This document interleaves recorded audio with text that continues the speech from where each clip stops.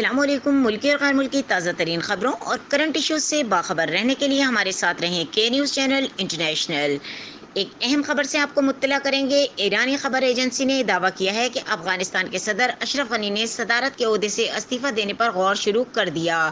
ایک بار پھر آپ کو بتاتے چلیں کہ افغان صدر کا مستعفی ہو کر اہل خانہ سمیت بیرون ملک منتقل ہونے کا فیصلہ۔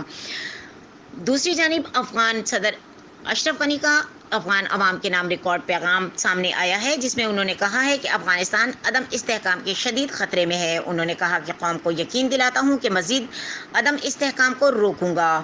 افغان سیکورٹی اور دفاعی افواج کو دوبارہ متحرک کرنا ترجیح ہے۔ افغان صدر اشرف غنی کا یہ بھی کہنا ہے کہ جنگ کے خاتمے کے لیے تیز رفتار مشاورت جاری ہے۔ افغانستان میں قتل و غارت گری اور عوامی املاک کی تباہی کی اجازت نہیں دوں گا۔ مزید خبروں اور اپڈیٹ کے لیے ہمارے ساتھ رہیں کے نیوز چینل انٹرنیشنل۔